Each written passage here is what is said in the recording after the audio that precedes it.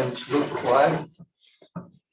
Pledge allegiance to the flag of the United States of America and to the republic for which it stands, one nation, under God, indivisible, with liberty and justice for all. Thank you. For our meeting. We have somebody in person, Ray Simon. Member of the planning board. The next thing are the approval of the minutes for the last meeting, May 19th. Done. If I could just ask that you make one change in those minutes, and I'll take responsibility for the error, but the warrant that was listed on that agenda and subsequently in the minutes was listed as number 25 and it should be number 24. Okay. Okay. So, other than that, I saw the minutes. I thought the minutes were good. That's fine. Yeah.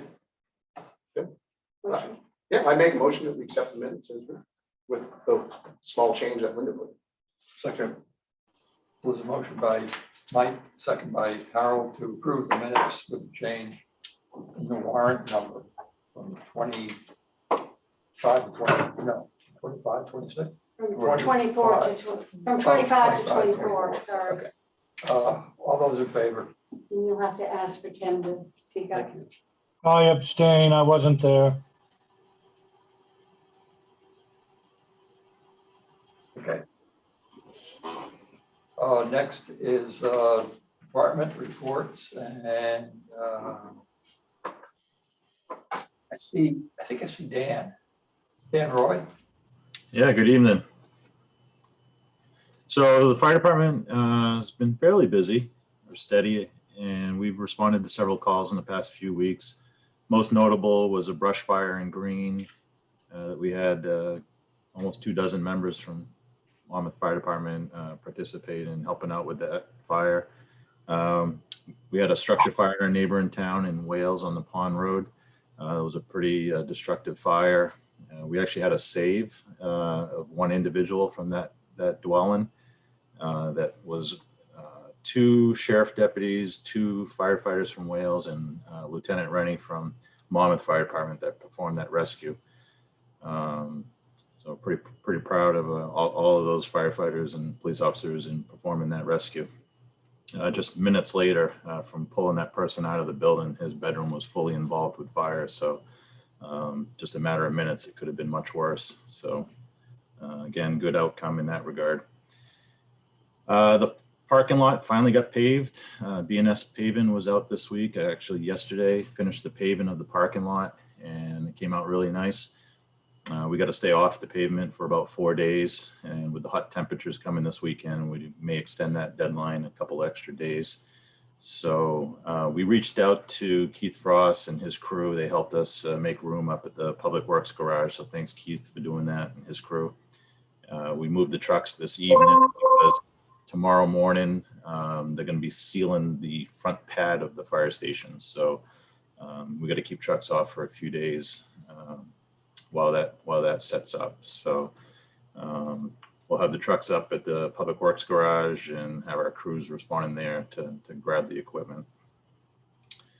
On Sunday, the fire department's going to be participating in a procession. This is for graduation for the Monmouth Academy graduates and their families. So I don't have an exact time.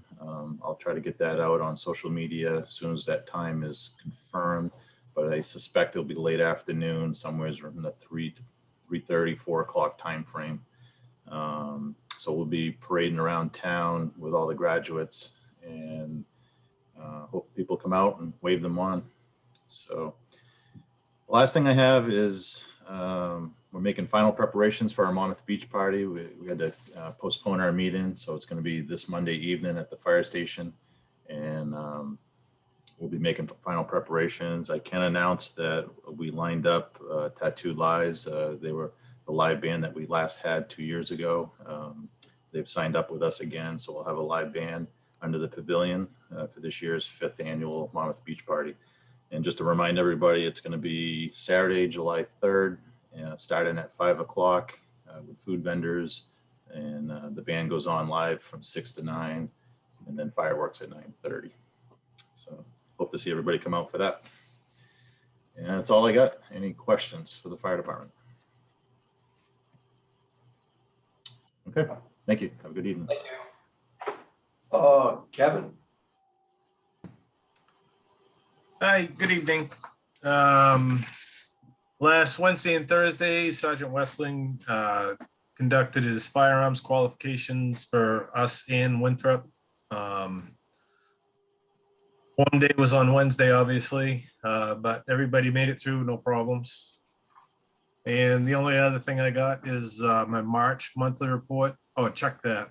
That'll be April. I don't know why we're March up on top, but it's April. Monthly report. We had 153 calls for service, 143 motor vehicle stops, 9 criminal summonses, and we had 4 buys and 5 criminal speeds. Any questions on that? That's all I got. questions? No questions, but thank you for being on Main Street today. Most happy to see somebody sitting on Main Street. No problem. No problem. Thank you. Thank you. Anybody else there? No. Linda? Just a reminder to everyone that we do have an election on Tuesday. Polls will open at 8 and close at 8. The school is asking that people please wear masks because we do still have students in the schools who have not been vaccinated. The election crew will definitely be wearing masks.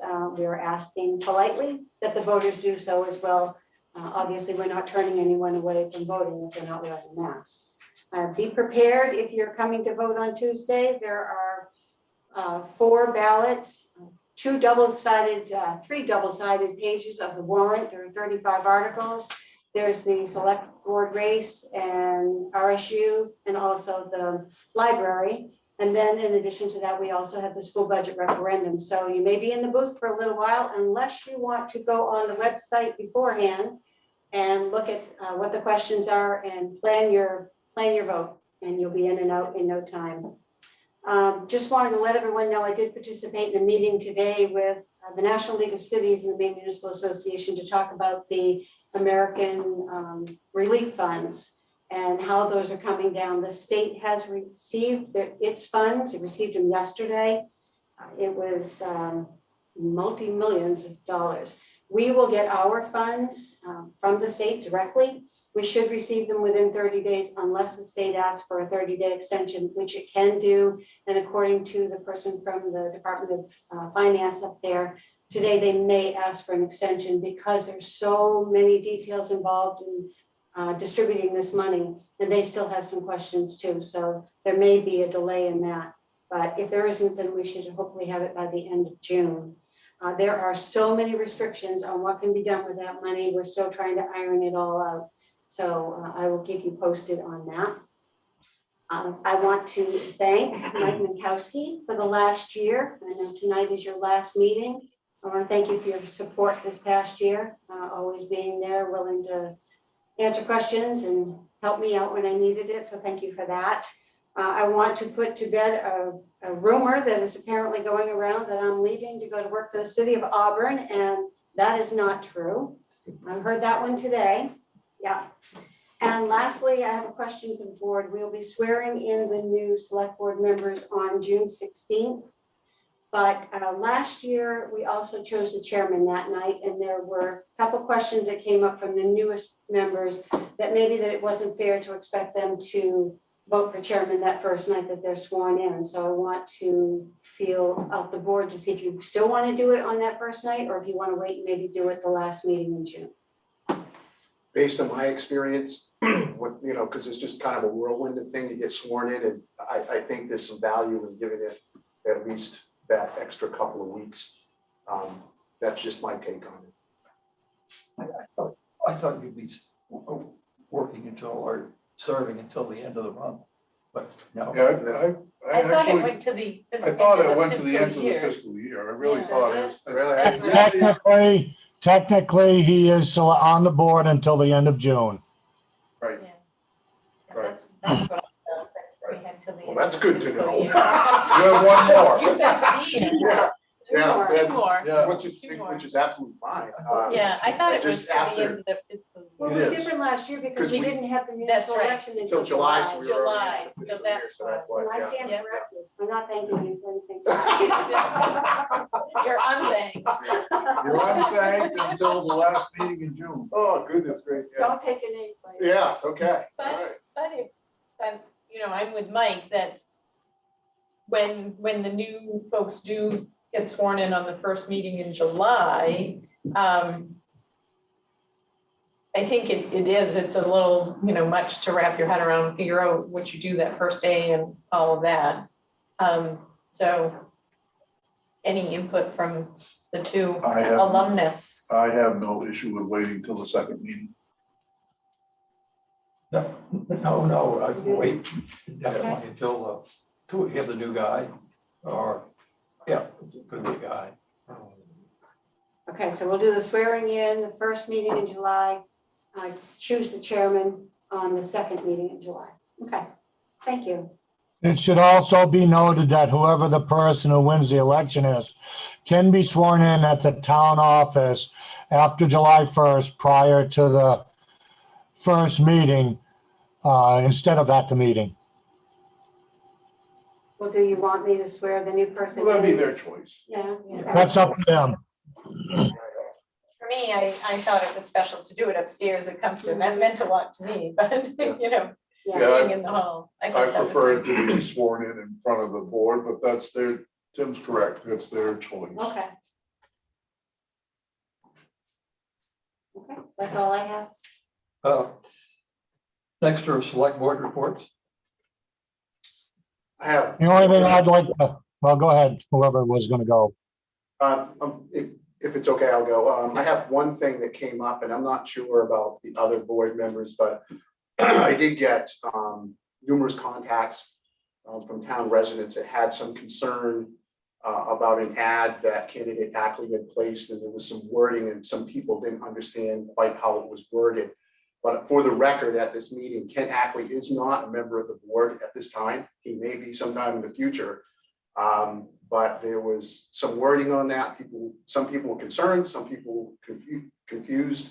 And I said I would bring it up so that it was on the record that he is not a member of this board. They just misunderstood how he posted it. And I don't think it was, I don't think there was any malintent. I just think it was just kind of a semantics issue. And I said I would take care of it, so I did. Thank you. I wanted to bring up that the 8th annual Lions fundraiser yard sale will take place next Saturday and Sunday on the 12th and the 13th of June. Let me just double check. I just want to make sure.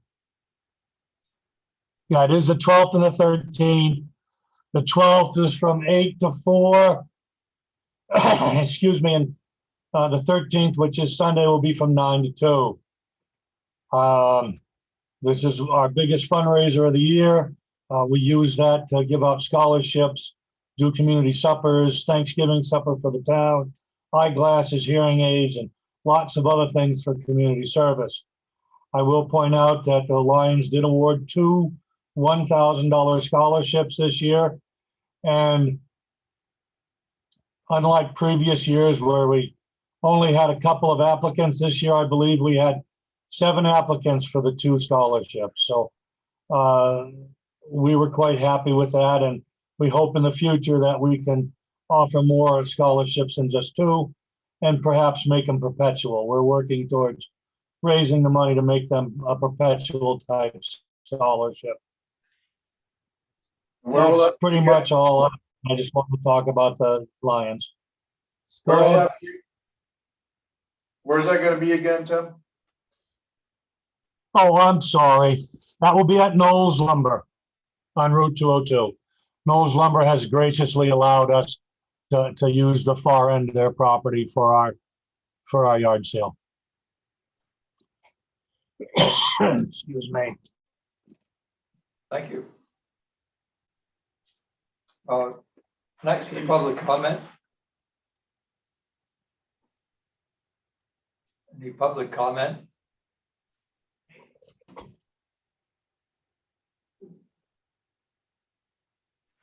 No. Can I speak? What? Somebody. Someone? My name is Kate Goodspeed. Can you hear me? Yes.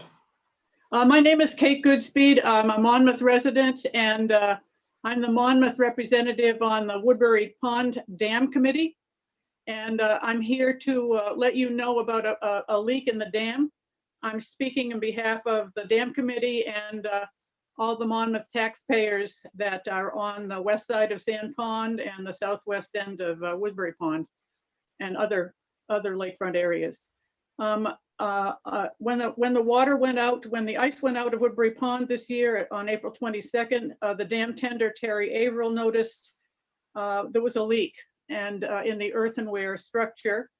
And we immediately contacted the state inspector and also the Wright Pierce Engineering in Topsom. And we're in phase one of trying to figure out what's going on there. They have determined that we can stop, do an immediate fix by putting large sandbags against the west side, I believe it is, of the dam. And then phase two will be coming in as soon as we know more what the permanent fix would be. And what I wanted to do today was just let you know that this is a problem that is affecting Monmouth residents. I know you're not legally responsible because Litchfield has taken ownership of the dam, but owing to the fact of the tax base that depends on the good waterfront on the Tacoma Lakes, I'd like to send a written report to you as to what's going on, what has gone on up till now. And then as soon as we understand what phase two will include, we would come back to you and possibly with a request for some kind of financial contribution. Although I understand from Linda that you have no money, but still we're sort of required to at least ask. I wonder if, does anybody have any questions about that? I have a long report that has been made with all of the steps and the stages and the yada, yada, yada, the dam, the dye that was put through the dam, but I'll leave that for the written report. I thought I would just send that along to you and then come back to you later when we know more about what the permanent fix will be. I, for one, would definitely like to see the report. But I'd also like to ask, weren't there some repairs a few years ago? I'm new to the dam committee. My understanding is no, but I can field that question and I'll include it in the report. Thank you. Thank you. I thought there were some repairs or some updates or something happened. I'm thinking 5 or 6 years ago, maybe. Charlie Manchester used to be the tender, but now it's another guy.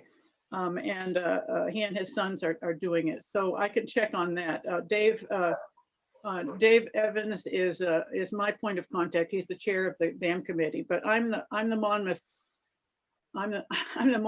person on the dam committee, so I'm the one who has to speak to you. Sure. Okay. Well, thank you for letting us know. You're very welcome. Anybody else have any questions about that? Yes, Mike Minkowski does. Kate, is there an updated county plan in case that dam breached? Usually there's a disaster plan for each dam and it's generally filed. I don't know that. I can also find that out from Dave. I'm not sure what the headwaters are on that, but you know, if there's an undertow issue with that and the dam's gonna kick out, which they're notorious for doing, some of the older ones. The other thing that Terry was advised to do, Terry Averill was the dam tender was advised to not raise the dam up to the 7-foot 6-inch level, but to leave it at 7 feet. That will preclude, that will save us having more problems. They think that they caught it sooner.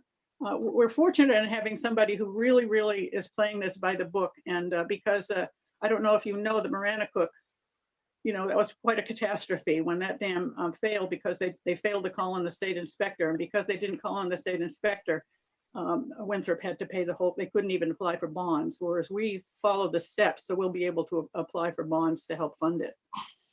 So we're hoping to not go the way of Maranacook and Winthrop, and we're hoping to do this the right way. So I don't know what the ask will be. It will be small, I believe, but anyway, I'm required to ask. You know how, sort of like it's filing for unemployment. You have to make sure that you sought unemployment, whether you sought a job, whether you got a job or not, is irrelevant, but you have to make sure that you did the ask. So I'll send this report along to Linda and Doug, or just to Linda and you'll give it to Doug? I'll make sure everyone has a copy. Okay, perfect.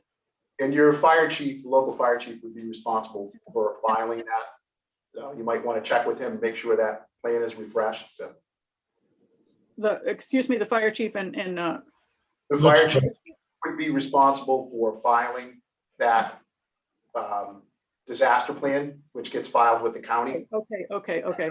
through Kennebec County. So Anyway, okay.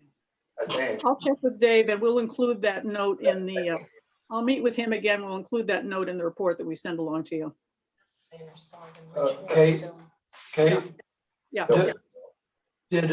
have you notified Cobussy Watershed District? Have you talked to them?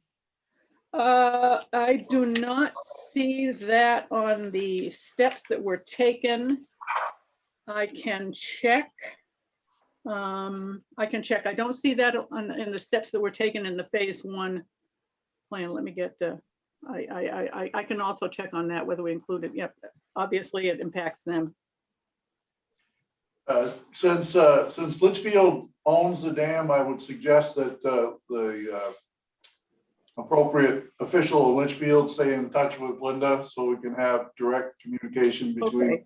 Yeah, Kelly has been in on all these meetings and has been very, very helpful to us. So we'll make sure that we put her in touch with Linda. Thank you. Thank you.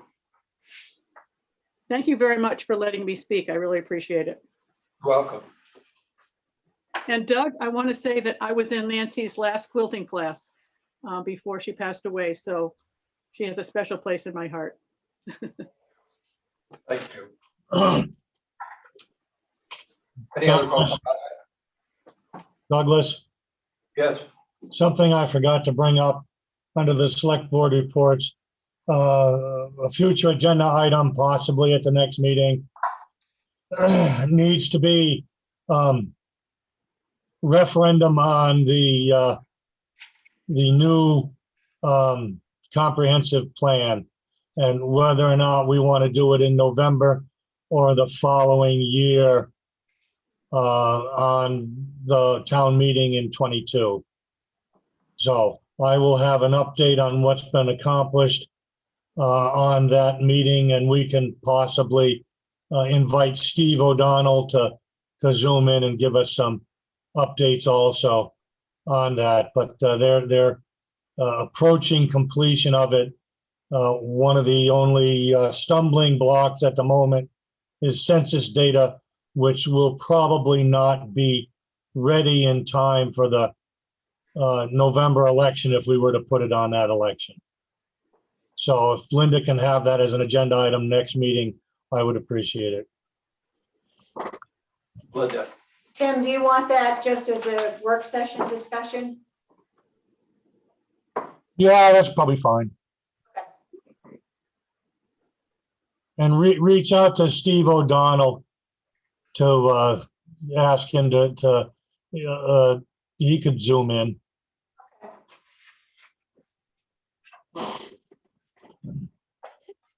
Is there any other public comment? Okay, next thing is warrant number 25. Items over 1,000, BNS paving and construction. This is for the grading and the paving of the fire department lot, $24,000. That will be coming out of TIF funds for parking facilities as approved by the voters last July. Blue Rock Earthworks recycling demo, $2,225. Central Main Power electric bills, $2,786.95. Dana Westling, this is refund or reimbursement for radios, sensing radar, and the real lights for the police department, $1,825. Dennis K. Burke for gas and diesel, $5,089.05. GDI Services, our janitorial services, $3,050. Grimmel Industries for removal of bulk waste, $3,392. KMB Builders, this is the remaining balance for roofing on Cumston Hall Tower, $10,000. Main Salt Company, this is for calcium for public works, $6,751.25. Main Waste to Energy for tipping fees, $2,231.63. Mechanical Services Incorporated, this is boiler repairs and annual maintenance here at the Cumston Hall, $7,250.37. Regional School Unit number 2, this is our monthly payment to the RSU, $430,650.65. Treasurer State of Maine for motor vehicle plates, titles, $7,675.50, $8,695.24, and $9,810.66. Finally, TriTech Software Systems, this is the IMC Records annual fee. This is for the police department's annual information system, $4,814.25. Thank you. Why did Westling pay for police equipment? Why didn't they just bill the town? That would be a question for Chief Mulheron. Yep, that was actually, he actually got that off of like eBay and everything else. He saved the town almost $9,000 buying that equipment. I still have some left to do to turn in, but that there will be coming out of we got some additional funding from the coronavirus grant. So that I wanted to get that done and over with so we could move on to the next stuff. So that's why. All right, thanks. Thank you. Thank Dana. Yeah.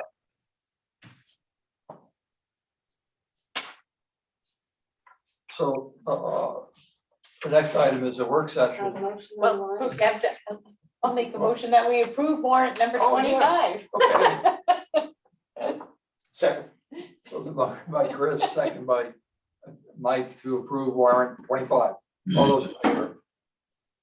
Thank you. I approve. Jim approves.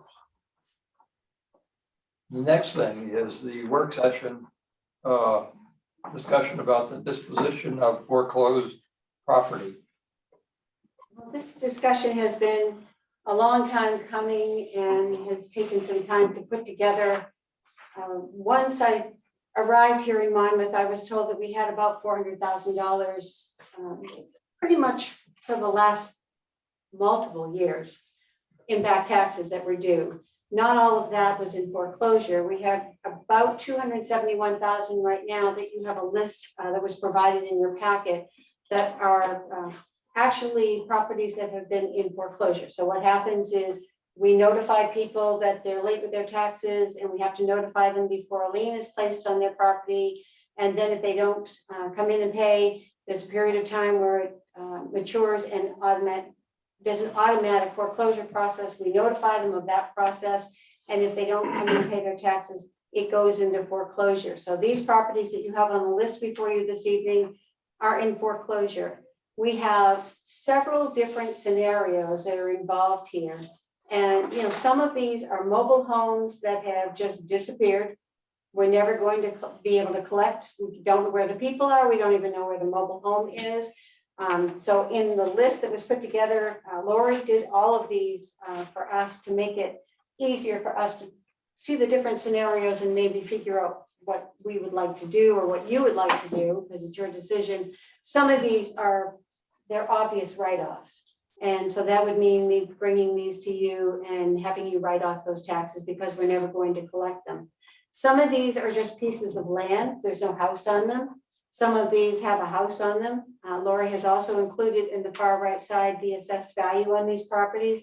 If you see no assessed value, that means it was a mobile home and it's gone, so there's no value on that. We do have some situations here that we're looking into, so these are not all exactly what they seem to be.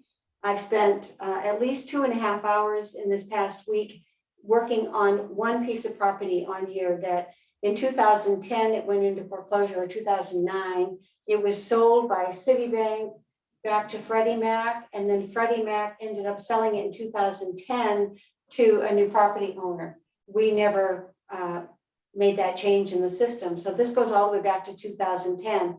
Come to find out, there's not only a problem with the fact that we haven't collected the taxes, but the property sits on two sides of the Monmouth Winthrop line. And so they've been doing some things in Winthrop and some things in Monmouth. We've been sending a bill to Monmouth, which has never reached them. And apparently they're using a Winthrop address. So there are things here that are happening that we're trying to straighten out. I've contacted that person to see if we can't work some of these out. But we'd like to know, we have questions. I have a couple in here where the former owner is deceased. I've had family members come to me and say, you know, there is no heir other than me. I'm the parent. I sold the property to this person years ago and I would like to buy it back. But you know that there is a process that we have to go by when we're foreclosing on property that's gotten a little bit more complicated in the last few years for people over, I believe, 65. So we would like to get some, it's not good to have $400,000 worth of back taxes on the books. Some of these people, we can go right down through the list and, you know, reach out and make phone calls to them because we know some of them and we're willing to do that.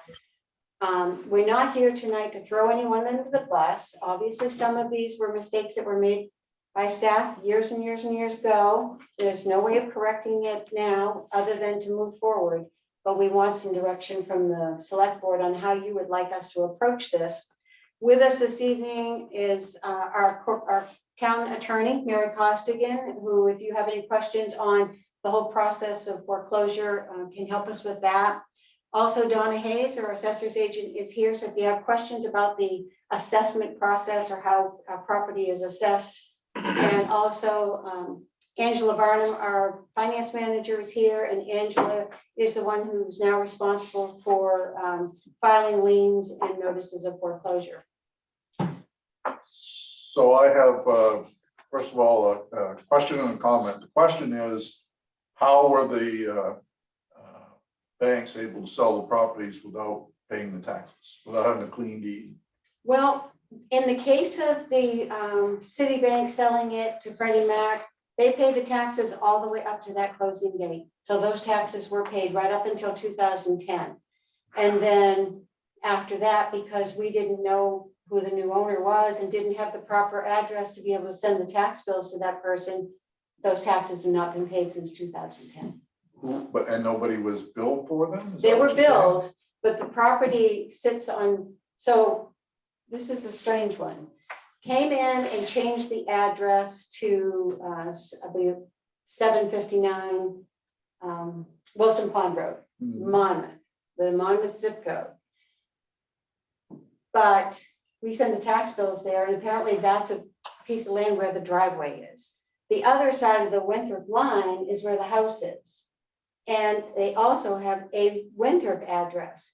So I talked to Winthrop the other day and I said, well, the code enforcement officer did not have that address in their town. But then I talked to the tax collector and they said, oh yeah, we have 759 Wilson Pond Road. And I said, well, and you're sending taxes there? Yes. Are they paying their taxes? Yes. So this is one of those things where we've got to bring this owner in and have a conversation with him. And I've already sent him a letter. Registration for cars is in Monmouth. Voter registration is in Monmouth. And the house is in Winthrop. So we have a bunch of things to work out with this. Okay, so particular person. you're about to contact the property owner. I've done that. The letter went out today Okay, good. So or yesterday. okay, so that's in the works. I'm sure that'll get taken care of.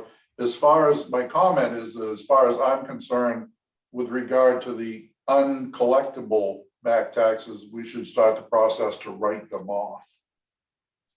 It's The one, I have a concern about one of those, the one on 8 Pine Hill Road. It says mobile home on land owned by Shannon Fisher. Does that mobile home still exist?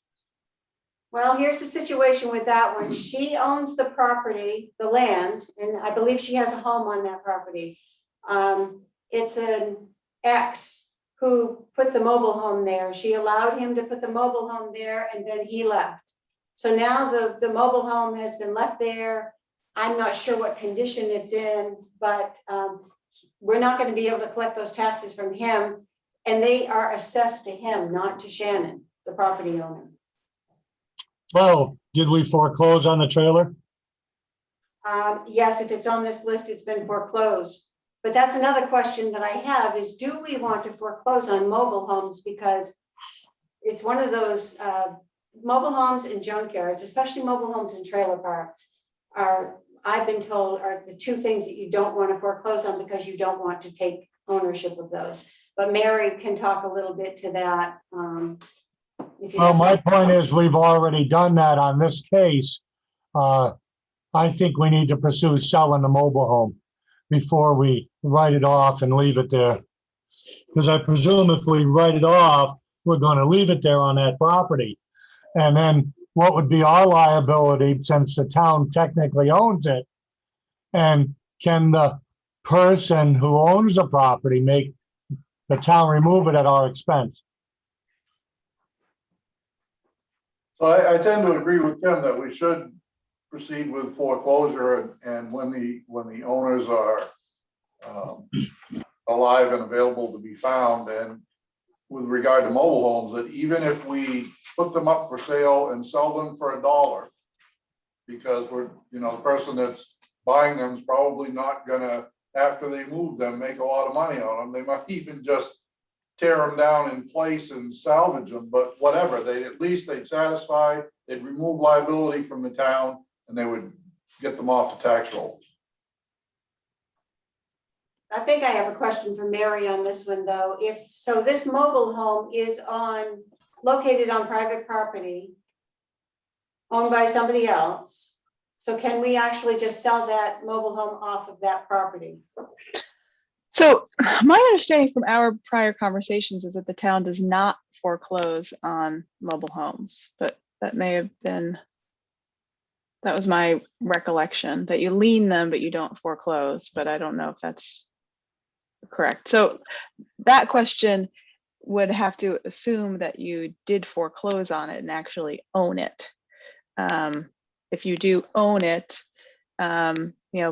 many mobile homes have a different owner than the underlying property owner. So yes, if you foreclosed on that, if that trailer was taxed separately from the property, then you foreclosed on it, you own that trailer and you can sell it, the mobile home.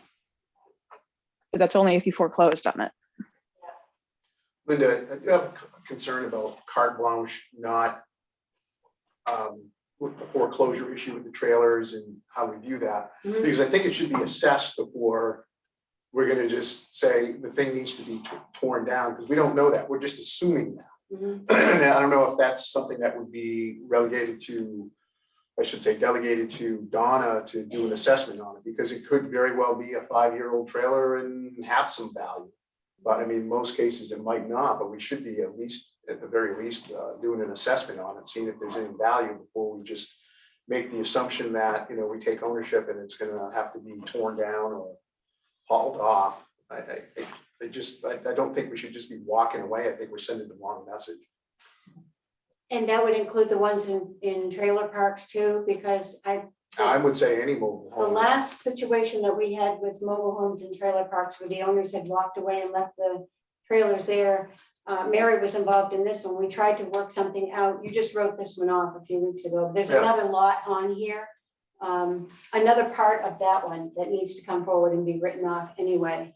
But the mobile home park owner said, well, if you own these mobile homes, then I will bring them up to the town office and leave them in the parking lot. So mobile homes get a little interesting. Personally, I think that we need to follow our policy for unpaid taxes. And if a a property, be it a mobile home or a piece of land or a home or whatever it is, a business, is reached the point where foreclosure is standard procedure, then that's what we do. And then we decide on how we dispose of the foreclosed property on a case-by-case basis. Exactly. And it may be as much as, selling it to the mobile home lot owner if it's a park for $1 and say, okay, do with it as you will. You own it now. Or it could be somebody else, a private sale. It could be, but again, I agree with your point that we should get an actual assessed value and then determine how much we're willing to take in as payment towards the back taxes. That, if we decide to sell whatever the property is, we should know what the value is. And I agree with Harold's point. I think, moving forward, it's just that assessment portion of it. It should be, do our due diligence and, maybe there is some value, just don't want to walk away from it. May I? Just, excuse me, just for everybody's information, I took a quick look at the Vision Online database. The trailer in question says it was built in '96. Replacement cost is $28,000 and less depreciation is $17,600. And the photo of it actually looks pretty decent, but the photo may be several years old. I'm not sure. So may I add, I do not stop assessing these. I do assess them, and I assess them to the last known owner. So it's not like I take them off the tax rolls. Right now, and in the past, anything that had been foreclosed on, I tax them as party in possession. And that has always been at the request of the tax collector. So they are on the tax rolls, and there is a tax bill that goes out every year to the last known owner. So Donna, in the case of, we'd have the assessed value. It would be on that, be available to Linda when she puts it on the spreadsheet for us. We'd have an assessed value for everything. But I Yes, think Mike's point, tell me if I'm wrong, is more that we get a fair market value Exactly. on the piece of property, and who best would we look to do that? To get just to understand what we could expect to get from a sale of the property. I don't know that you'd want to do that, but if you had somebody you'd recommend that could do that. well, we certainly would want to go to an appraiser to do something like that. The fair market value of that, though, is going to be a little different because it's never going to be a warranty deed. It's going to be a quitclaim deed. So whoever takes these are going to take it, the good, the bad, and the ugly, which is probably something Mary could speak to more than I could. But Yeah, just really quick, with a mobile home, it's not a deed, it's a bill of sale. It's Right. seen as a right, vehicle. sorry, yes. of No, that's course. okay. Yep. Yeah, Okay, so we'd hire an appraiser to give us a fair market value or anything that we were going to sell, to determine what the potential sale value would be. But technically, these items are not sold on the fair market. And we're really just looking to recoup the taxes and make the town whole. All these items will be sold at public auction by sealed bid. Right, but we're trying to determine, what we're dealing with specifically here is mobile homes and trying to determine if there is any value and if that value exceeds the amount of tax that's owed. So is there any point in Trying to having, recoup it as much. Right, Exactly. right. Yeah. So this wouldn't apply to every, piece of land or home or whatever. This would apply, we're discussing specifically mobile homes right now. So that's why I'm in agreement that we should get a fair market value of the mobile home in question.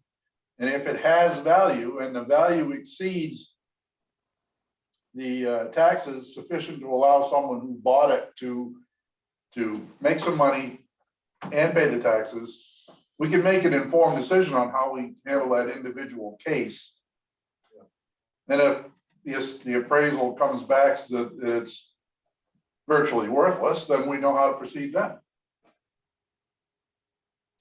Okay, so we have another scenario I want to run by you. So as Donna mentioned, she looks to the tax collector to determine how these properties are going to be taxed. And so there's been a period of time where the tax collector has said, yes, keep sending the tax bill. And there's been a period of time where tax bills weren't sent. And then when I talked to Mary and I said, should we continue to send tax bills even though these properties are foreclosed on?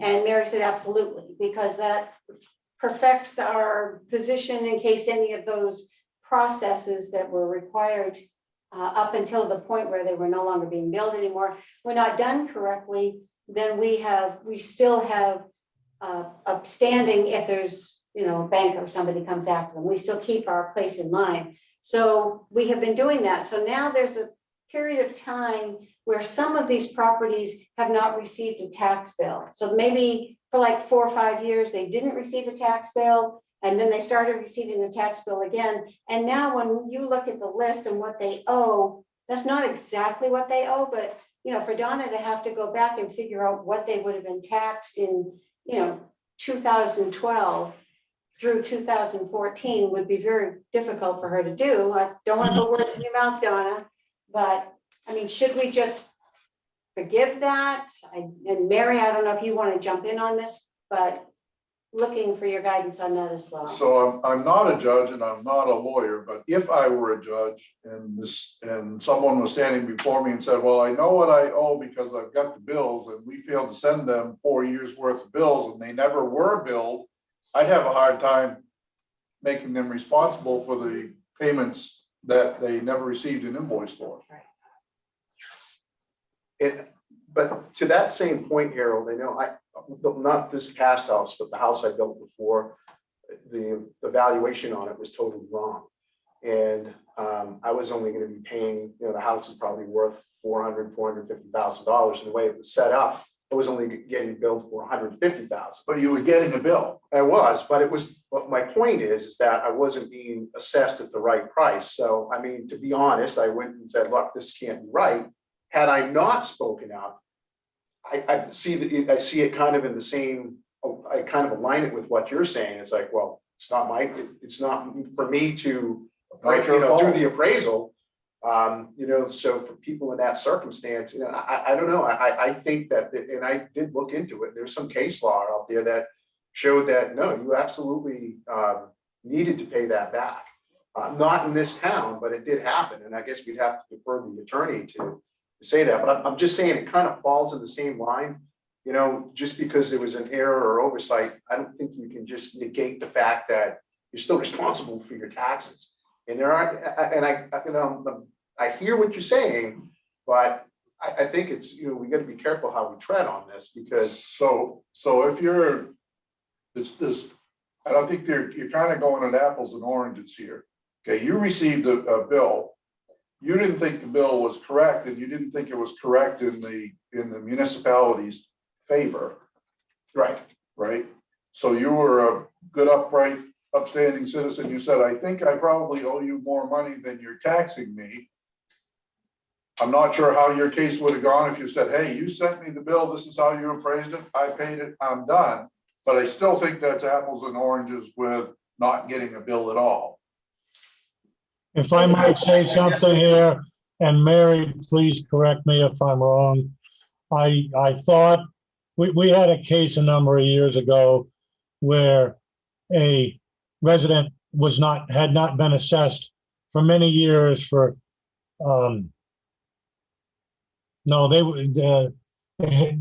actually, I guess I'm wrong. They had been overassessed by 10 acres for many years, and according to state law, we could only reimburse them 2 years. I thought there was similar law on if the town, or similar statute, on if the town makes an error for a number of years, you can only go back a certain number of years to try to recover that error. Yeah, so this conversation is touching a lot of different things. So let me try to address a few things. One is that you owe your taxes regardless of whether or not you get a bill. period. There's case law out there. You don't have to get a bill, you owe your taxes. Number two, what you were just referring to is a process where the town, the board can actually abate taxes looking back 3 years if you find an error. That's an abatement. That means you've overtaxed or made some sort of error and you're abating their taxes due. The third thing is, I think what I'm trying to kind of go back to what Linda was talking about, and that is when you have a property that's hasn't paid taxes for a number of years, and it happens all over the state, and many towns grapple with this. So you file your tax lien in 2010, you file in 11 and 12, and you send all of the required notices. And the reason why towns continue to lien year after year is so that, you know, if someone contests foreclosure, you have multiple years to kind of perfect that process in. So say you have a year where someone has signed every single return card and there's no question that they were on notice. You have a nice, neat year that you have foreclosed on. The sort of where it, to me, where it got a little confusing in your conversation is when you foreclose on a property, you own it, right? So it's not like you can then go to somebody and say you owe these taxes. You continue to assess and you continue to lien, because if you have a policy that the prior owner can buy it back, and you actually know at that moment, it's been 10 years, what the town has missed out on in terms of taxes. And you can say, okay, you can have it back, but you owe us, you know, $10,500 in taxes plus interest, and that's how much you're going to pay us. You're not actually taxing them, you're selling them back the property that they no longer own because you have foreclosed on it. And if I might add, that has basically been our property as long as the previous owner or owner of record has made the town whole, we sell them back the property. And Yep. we have always done it with a quit claim deed. Correct. That's common practice. Yep.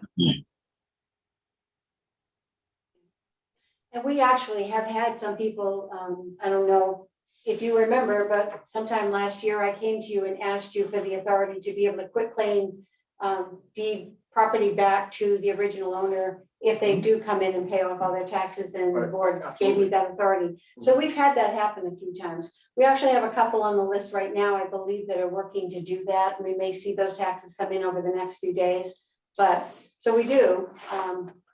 But I just don't know what to do with those ones where there's a number of years where they weren't taxed, or I don't know, Donna, if the word is properly, if whether they were assessed, or I don't know. Donna, help me out here. If I can jump in, the assessment that I do is always there. Whether or not a tax bill is sent is always given to me by the tax collector. There are years that because they were foreclosed on, they were deemed tax acquired and owned by the town. So consequently, a tax bill wasn't sent. If we had put it out to bid at that time or done something immediately with it, then we would recoup the back taxes and get them back on the tax rolls. But instead, we deemed them tax acquired and owned by the town, even though they were still under the name of the original owner. And then after some time, it was determined that, yes, we want to put them back on the tax rolls and we want to tax them as parties in possession. So the thing is, I've never stopped assessing any of the properties. The difference is, do we bill them? And what do we do? And I say we loosely because I put the value on, and then whatever I'm told by the collector we're going to do is what we're going to do. So they've always had a value assigned to them. So did I think for one that we need to immediately start billing everyone every year, regardless. So foreclose, if I understood correctly, once we foreclose and take ownership, we don't send a tax bill to the person that used to own the property because we own it, but we continue to accrue the value of the taxes towards the sale of the property if we decide to do that. Is that understanding correct? No, we continue to send the bill Because then we've got a record that we've sent the bill and how much that bill is. If we don't send a bill, then it just kind of, we end up in this situation where we are right now, where we've got a few years where there's no amount for that year. I mean, that would take a lot of work for Donna to go back. Donna, are you able to do that and go back? I at least will know what valuation is during that time. And of course, then the issue is I know valuation and mill rate. It's just calculating interest on top of that, which is something that I can pass on to Angela. So Mary, just refresh my memory on what you said about foreclosure and whether we continue to invoice the previous owner, because we foreclosed, now we own it. Do we Yes. continue to send them a tax bill? So there's no right or wrong answer to that. You can, but you own the property. And the reason why you would continue to send them a bill is just kind of remind them like, hey, we still are collecting money. In an ideal situation, and you're like many towns in Maine, in an ideal scenario, your list is not this long of properties that are out there with some sort of unknown circumstance, and you're either ready to, if the property is vacant, you're ready to sell it and move on and clear out your list. And if it's and if someone's living there, you have an arrangement with that person as to how they're going to pay their taxes. And you don't have a situation where you're just kind of keeping it on a list and there's no communication. You're just kind of sending a bill and they're just ignoring it. And 10 years later, they're just living there for free. And, you don't really have any communication. So I know that's a long way to answer your question, which is, you don't have to send them a bill, but if you do, it's just kind of a reminder. But the best way to do it is actually to communicate with them directly and say, we now own your property. When are you going to pay your taxes? We're happy to sell it back to you. But if you don't come into town hall and work out a deal, we're going to be putting this out for bid and selling it. And that usually gets their attention. Might I just, go ahead, Donna, sorry. I just wanted to add too, there are other methods if you can't afford to pay your taxes. And if you do it within a certain reasonable amount of time, I mean, there is a poverty abatement, Right. So I think what's ended up happening, and when Linda first came to town, I brought this to her attention because some people are in so deep, they could never pay their way back out of this. And that is why there's a 3-year procedure for foreclosure and all of that. And it's not like I'm pushing that way, but I myself have gone whichever way I'm told to. And so that's why we have gaps that we haven't assessed it. But I mean, we could help people in different ways if we didn't let it get so far ahead of ourselves, if that makes sense. Linda, Right. real quick, in your spreadsheet that Lori put together, by the way, she did a great job with that. That's really well organized.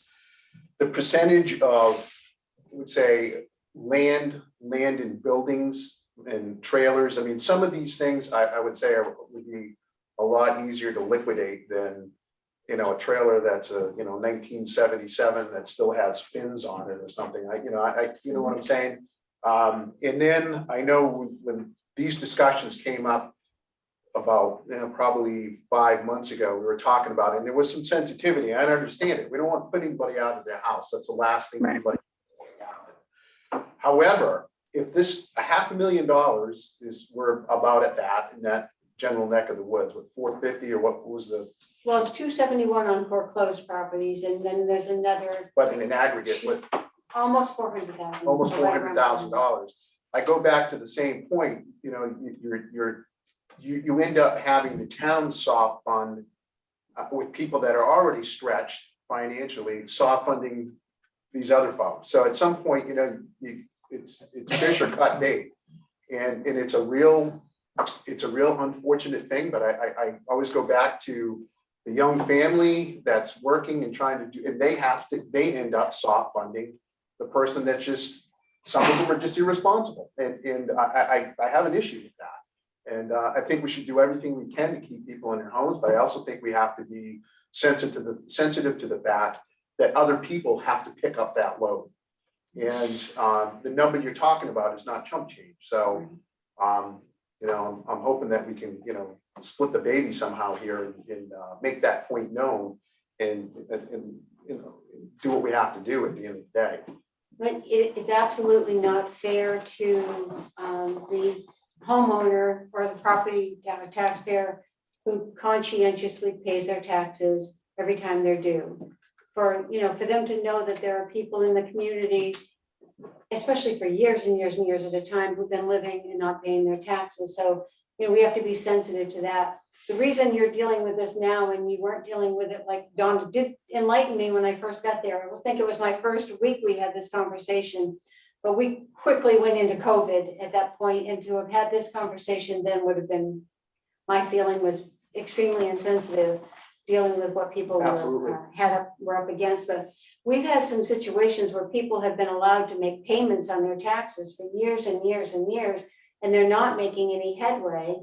Or, you know, there are some restrictions, and Mary can elaborate on this, but if someone wants to buy back their home for their back taxes, we can't get into a situation where they're paying every month, because we get into a situation where now we've created a mortgage with them, and there's all kinds of issues with that. So I think it's 3 payments. They have to make 3 payments and 4 payments and come whole. So, I mean, I'm thinking, you know, we need to buckle down on this, reach out to the people that we can find and let them know. And I didn't want to do this without talking to you first. The select board is looking at your property. We have foreclosed on it. This is your opportunity to come forward, buy back your property from the town. Otherwise, if you can't make arrangements to do that, then we're going to move to the next step, which is appraising the property and possibly putting it on the market. So do we have a procedure for how many years a property can be tax lien before we begin foreclosure procedures? Do we? Well, there's a process, and maybe Angela can jump in on this one, on the process for the liens and how it forecloses, or Mary, either one. Yeah, it's a statutory process. It automatically forecloses 18 months from when the tax lien is filed. Okay, so are we aware of that in process within the town office that okay, so in my opinion, what should happen then is the lien gets filed at the appropriate time. 6 months before it goes into foreclosure, the property owner is notified that 6 months from then, the property, by statute, the property will be foreclosed on, it'll become town property and will be subject to sale by the town. They have 6 months to figure a way out of that, however they think to finance their taxes or whatever, and they don't have to buy anything back.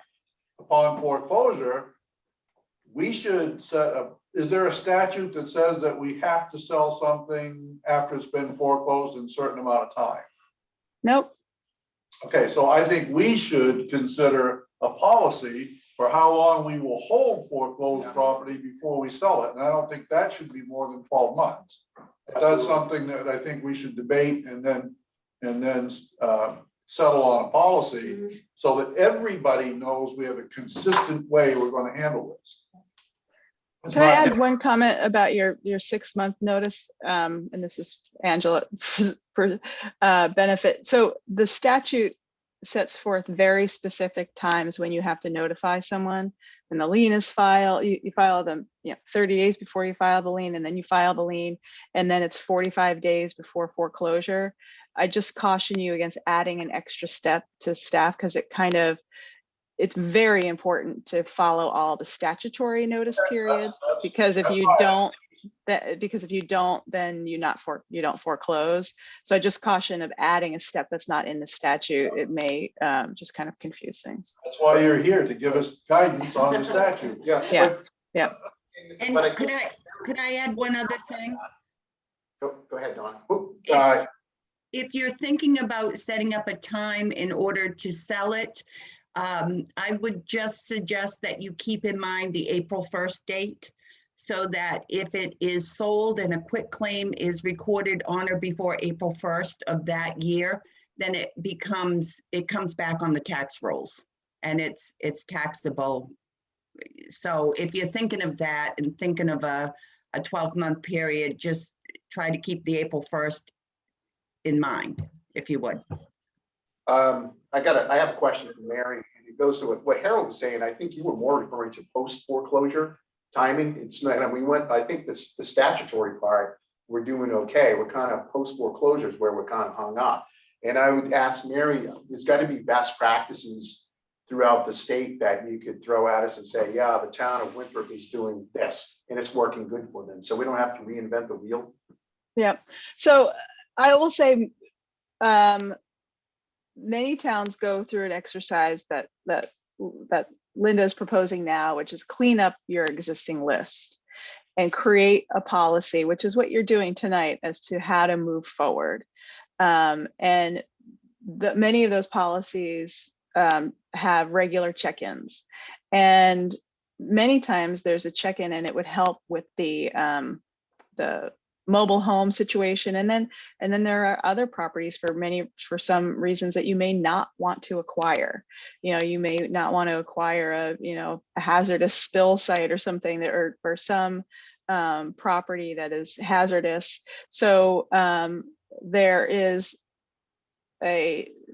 tax liens are filed all at the same time of year. So it's not like you're going to have things scattered all around.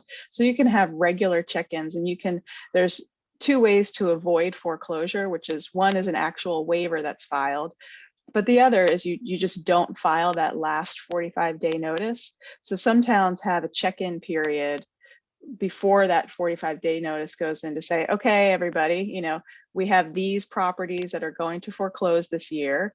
Any of those on this list that you want to not foreclose on, and I won't send the notice, and that way we won't have to be responsible for them, and we'll just keep it on the tax roll, and we'll keep liens, but we won't actually foreclose. So that's a good check-in period to make sure that you're only foreclosing on those things that you want to foreclose on, and you're not getting stuck with property that someone would rather send to your responsibility. So that's a good check-in. And then another good check-in is after the foreclosure period, and then you check in, you say, okay, these property owners did not come in and pay. These are the properties we have.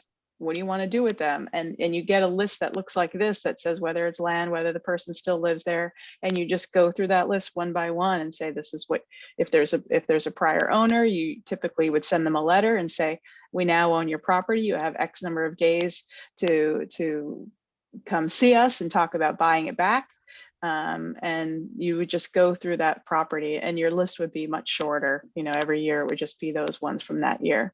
And maybe there are some that will linger but that's a typical practice, is regular check-ins right before foreclosure and then after. Question for Linda. Yeah. Several months back, I met with you regarding this subject, and we were talking about correspondence in the how that was filed. Mhm. And you had pretty much uncovered that, some of the correspondences weren't making it into the PID. And we had talked about making sub-files in those. Is that something that you and Lori made progress on? We have not. We have stacks of notices that have come back. That's one of our problems. When Mary talks about notifying people, sending them a letter and letting them know, pay up or we're going to sell your property. We've been mailing to people, and the mail is not getting to them. So we're going to have to dive deeper, I think, and start asking people, do you know this person? Do you know where they went? Do you know a phone number for them or whatever? Because some of these people we're just not going to reach. And it may be that they end up coming back to you as, we've tried everything we can do, you want to foreclose. But to answer your question, I know that you would like to have the notices put right into their files in the code enforcement and assessor's office, so that we've got a record of them right in their file. Why it hasn't been done that way in the past, I don't know. I'm not saying that that's the best way to do it. I'm not saying it's not the best way to do it. But typically, those who've been there longer than me, maybe Donna, you have any idea why we never would have put those notices right in their file, or has it ever been discussed before? I don't know, and it's never been discussed before. I think it's always been kept closer to whoever's filing the liens and stuff so that you're constantly have them next to you. I'm not sure. Or maybe they're filed by date. Angela, do you know on that one?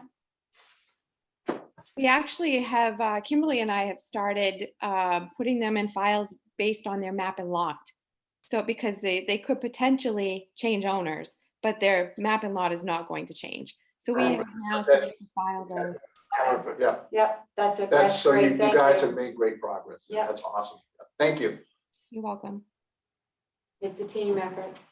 Yeah, absolutely. So with regard to finding the owner, as far as I'm concerned, we shouldn't have to chase them. We shouldn't be chasing them. We're not detectives.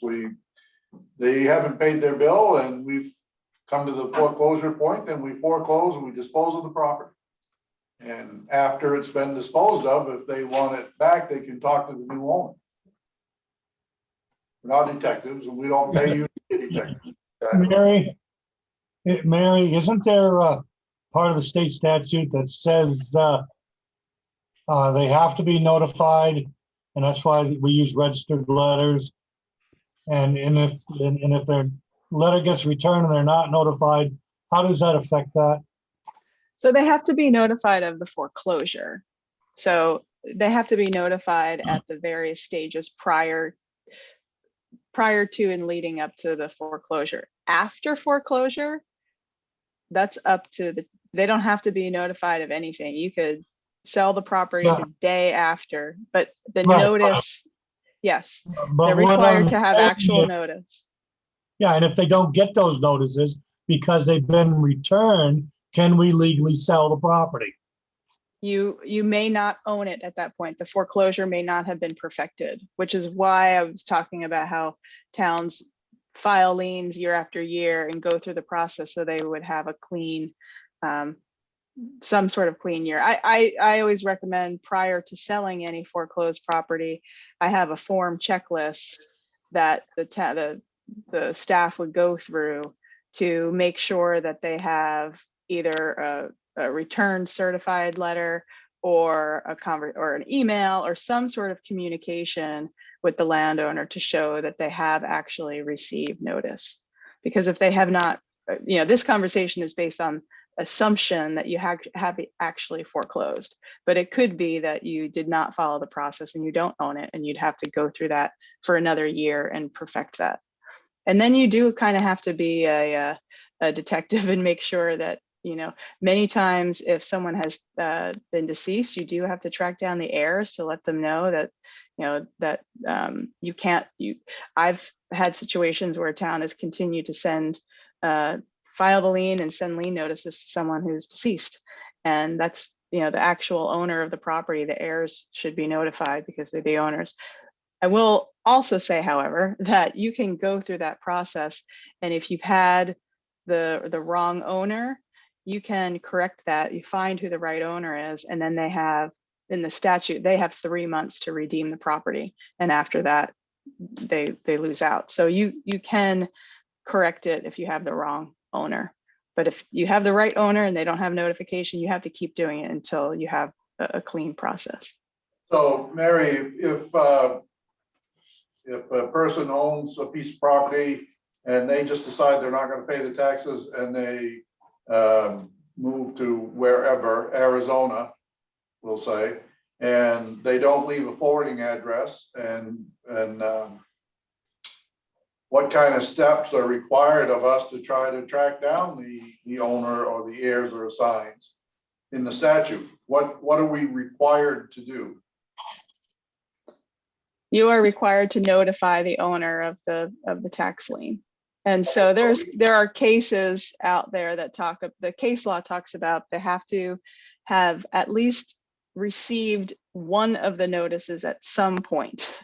And so you are responsible for, in those cases, I recommend that you send it by regular mail in addition to certified mail, because a lot of people just ignore their certified mail.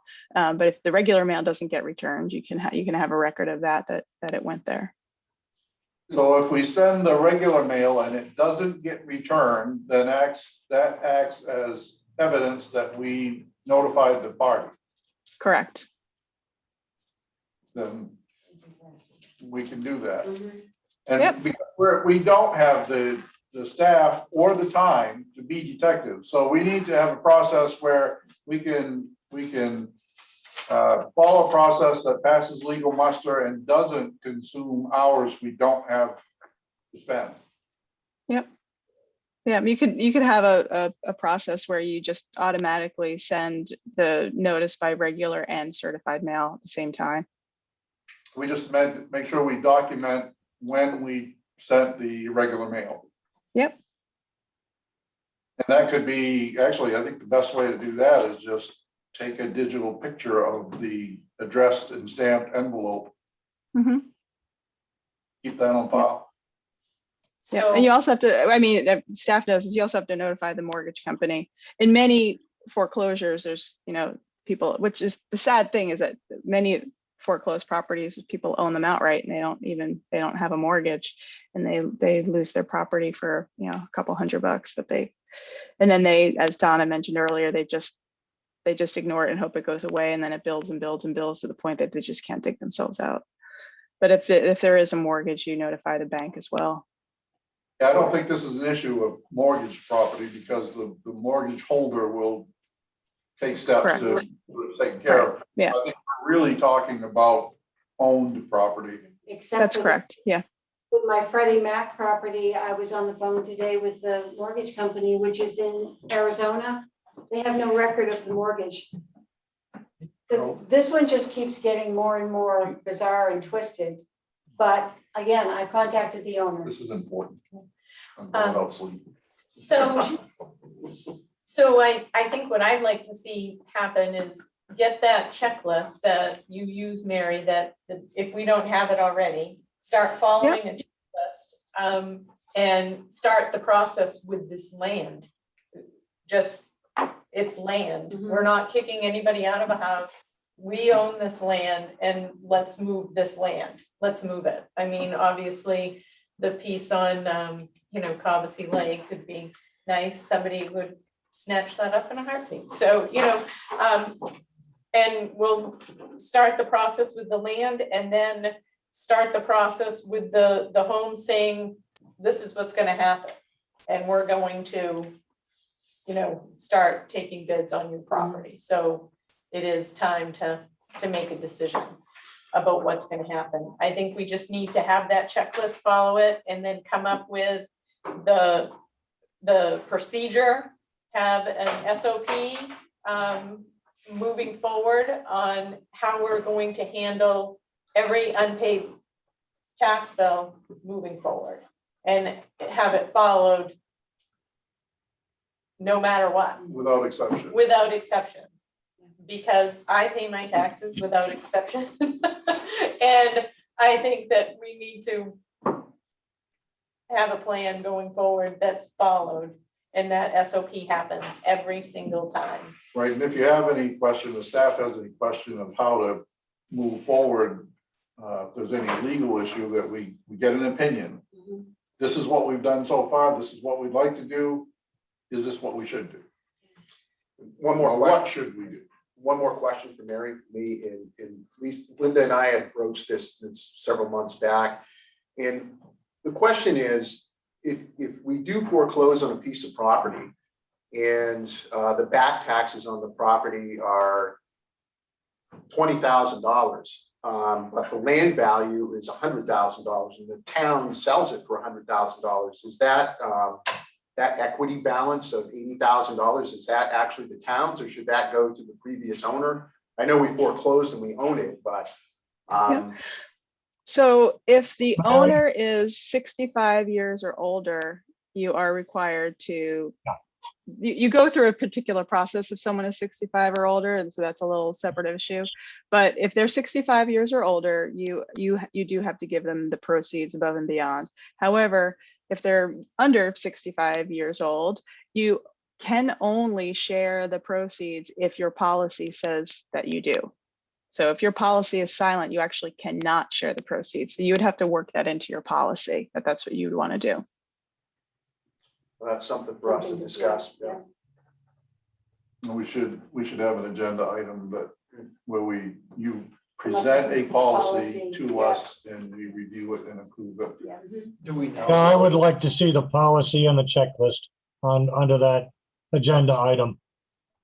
Do we know we don't have this policy already?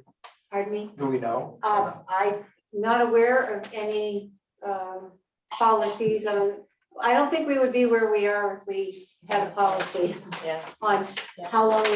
The only policy, Mike, we ever had was we weren't going to turn someone out of their house for taxes, their primary residence. We weren't, if it was unoccupied land or if the owner lived out of state or whatever, that was a different story. The policy that you basically- currently have is limited to just the annual warrant article. That's your guidance that you have. And I know we have new folks at the town office, but I just wanted to relay, my instance when a piece of property in the family was sold in August. So obviously I got a tax bill. They went out in October, is that right? So I got a tax bill in October and I took it up and I said, this is the new owner, this is his address. Because obviously the deed hadn't been recorded yet. But I had the new owner's address and all of that. So that information wasn't taken. So I took the tax bill home and I sent it to the new owner myself. But I think it's important if you what happens if the deed doesn't get recorded? I mean, mistakes happen, obviously we're seeing that, but you'd at least, know who the new owner was. So if somebody offers you that information, however you want to handle it, and a tickler file and your computer, your own computer, in your calendar, whatever. Somebody gives you that information, I would be more than happy to take it. Because then you might be able to find somebody when the time comes. So that's just my suggestion from personal experience, so. Can I- Yes, Sorry. Donna, please address April Could 1st. Yes, thank you. In the state of Maine, whoever owns it on April 1st receives the tax bill. And I we, do understand that. okay, so, so we stop as of April 1st. So if you sell after April 1st and between the time when the tax bill goes out, the first part of September, whoever owns it is going to get the tax bill, and that is who we are going to lien. So we always try really hard to make sure that even though you might pass it on to the new owner, we also say, come back and make sure that those taxes are paid because they're in your name, in case they're not. So it's not like we don't want the information. We'll get the information, but we won't do anything with it until after the commitment. So it's important for people to understand that if you're gonna sell you're gonna sell a home, you're gonna sell a piece of property, whatever, you are responsible for the taxes that were due after April 1st. So in the sales agreement, you need to get the money to pay the taxes that you owe. That's right. That's right. Because you're gonna owe them, and the new owner, person you sold it to, could say, I don't owe any taxes until April 1st. That's your problem. Yes, but that's usually written in the purchase and sale agreement. Right, but I'm just saying, if you don't, So- if you don't do that, if you don't Yes. have a realtor that's handling your Oh, sale yes, and you don't exactly. do that, then people should understand No, exactly. that Exactly, they're on the hook yeah, for the taxes. but Thank you, Mary. Thank you, Donna. I just want to check with Donna and Angela to see if there are any questions that you had of the board that I didn't ask them or haven't gotten answered. I guess my only question would be, when we tax this year, are we still taxing with the individual's name and the words party in possession? Mary? So you're talking about sending a tax bill to property that we foreclosed on? Yes. And Yeah. in the past, we've kept it under their name, but in parentheses, we have put party in possession. I wouldn't send that bill with an expectation that they would pay, because then it sets up a situation where they think that they have some opportunity to redeem it. So, So keep Yeah.